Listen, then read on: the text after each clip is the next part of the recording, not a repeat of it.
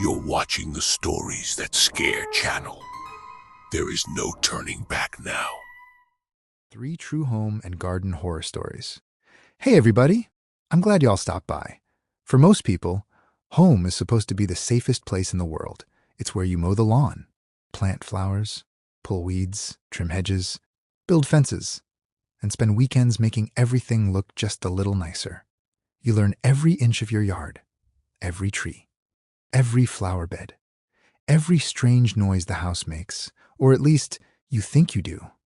Because sometimes the strangest things aren't found in abandoned buildings or deep in the woods. Sometimes they're waiting right outside your back door. Tonight, I've gathered 3 stories from people whose home improvement projects uncovered something they were never meant to find. Whether these stories are true, I'll let y'all decide. Story 1. The Flower Bed. My wife had wanted a flower garden for years. One Saturday, I finally decided to build one.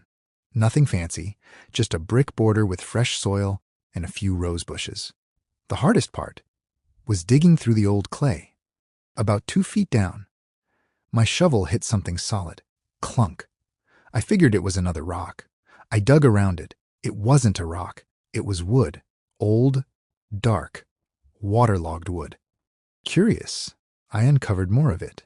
It looked like the corner of a small box, about the size of an old footlocker. I called my wife over. She laughed. Maybe it's buried treasure. Together, we pulled it out. There wasn't a lock, just a rusted metal latch. I flipped it open. Inside, there wasn't any money, no jewelry, no photographs, just dirt, packed tightly to the top. My wife frowned. That's weird. Then the dirt moved. Not because of bugs, not because of roots. It shifted, as though something underneath had just taken a slow, deep breath. The dirt moved, not because of bugs, not because of roots. It shifted, as though something underneath had just taken a slow, deep breath. My wife stepped backward. Did you see that? I nodded. Neither of us spoke. After a few seconds, nothing else happened. I convinced myself it had been loose soil settling. I dumped the dirt back into the hole, covered it, finished planting the roses. By evening, everything looked beautiful. That night, around 1:30 a.m., our motion lights came on. I looked out the bedroom window. The flower bed was empty. A minute later, the lights came on again. This time, something was standing there, not moving, just watching the house. I grabbed a flashlight. By the time I reached the back door, the yard was empty. The next morning, the roses we'd planted were gone. Not dug up, not pulled out, gone. In their place, the dirt looked freshly turned, like someone had been digging.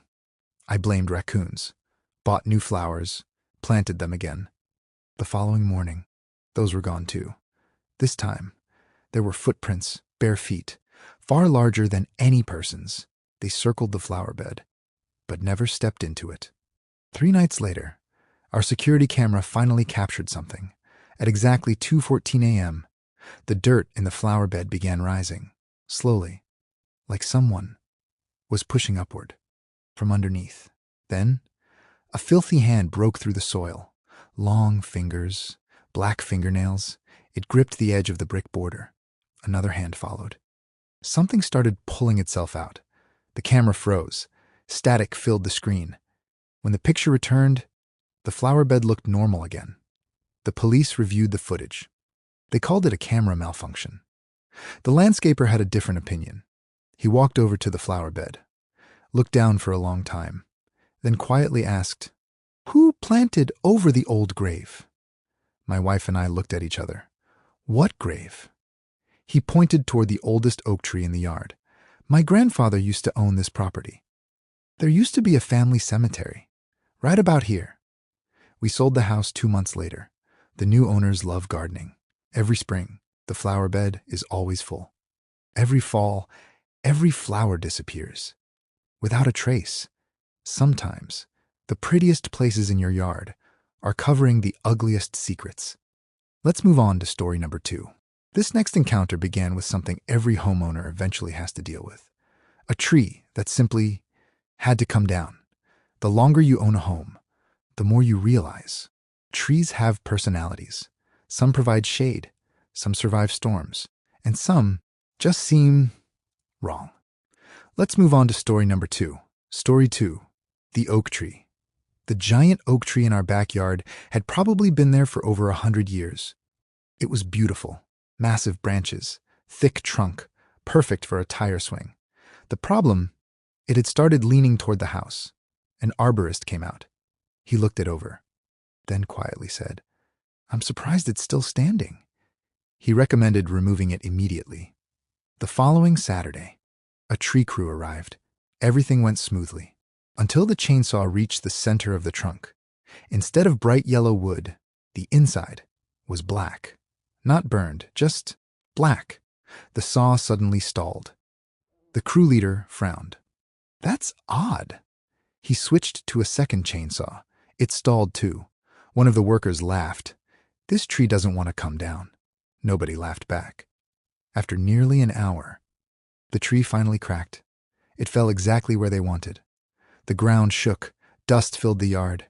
As everyone started cutting the trunk into sections, one of the workers shouted, "Hey, you need to see this!" Inside the hollow center, someone had nailed hundreds of tiny wooden dolls.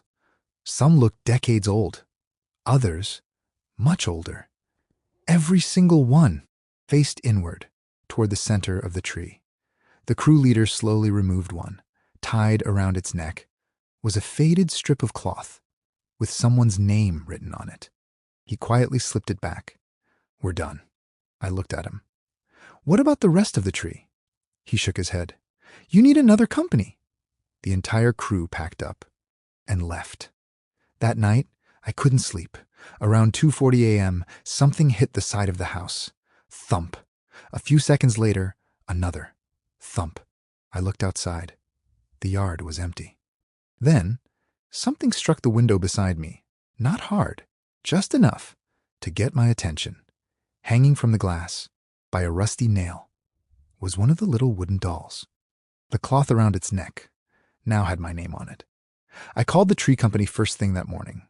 The owner became strangely quiet, then asked, "Did you cut down the old oak on Willow Creek Road?" "Yeah." He sighed. "I've been refusing that job for 15 years. I asked why. He only said, "Some trees aren't growing. They're holding." The county removed the rest of the tree that week. They ground the stump, filled the hole, and poured fresh sod over it. Within a month, a new oak sapling appeared. Nobody planted it. I dug it up. The next morning, it was growing again. Exactly, in the same spot. Most homeowners worry about what grows in their yard. Very few ever wonder what refuses to stop growing. Our final story begins with a brand new privacy fence and a neighbor who insisted one section should never be replaced. The funny thing about fences is they aren't built to keep things in.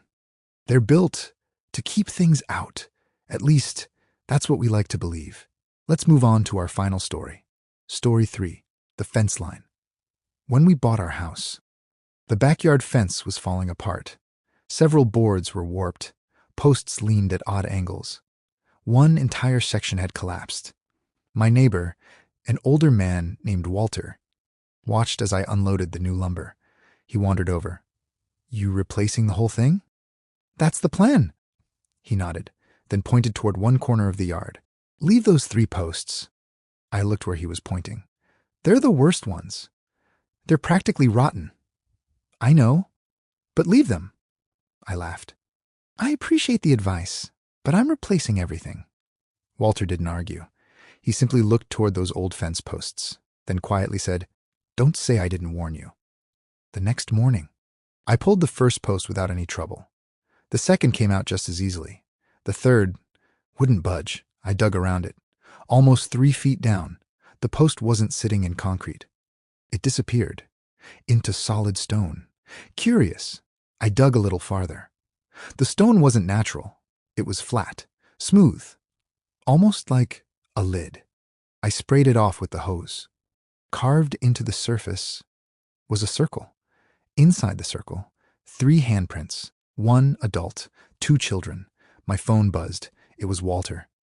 I saw you dug it up. I stared across the fence. He was standing on his porch, watching me. How did you know? I've been watching that corner for 30 years. I asked him what it was. He walked over slowly, never taking his eyes off the stone. When I moved in, the previous owner told me those fence posts weren't there to hold up the fence. What were they for? He swallowed. They were there to keep people from digging. Before I could ask another question, a loud crack echoed beneath us. The stone shifted, only an inch, but enough for cold air to rush out.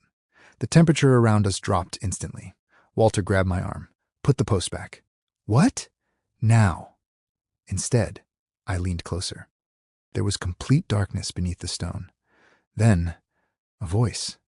Very faint, almost impossible to hear. Can you move? The last one? Every hair on my body stood up. Walter shoved the old fence post back into the hole. The moment it dropped into place, the whisper stopped. The stone settled. The cold air disappeared. Neither of us spoke for a long time. I never replaced those 3 fence posts. They're still there today, rotting, crooked, completely out of place. Every few months, someone knocks on my front door. Usually a contractor, sometimes a neighbor. They always ask the same question. Why didn't you finish? I just smile and tell them, those posts are load-bearing. They usually laugh. If only they knew what they're actually holding up. Home improvement is supposed to make your house safer, stronger, more beautiful. But sometimes, the previous owner left something exactly the way it was, for a reason. If you enjoyed these stories, let me know which one unsettled you the most. The flower bed, the oak tree, the fence line. And tell me, what's the strangest thing you've ever found while working around your home or yard? I'd love to read your stories in the comments. Who knows? Your experience might inspire a future episode of Stories That Scare. Keep the fires burning, and as always, I'll tell the stories if you'll stay scared.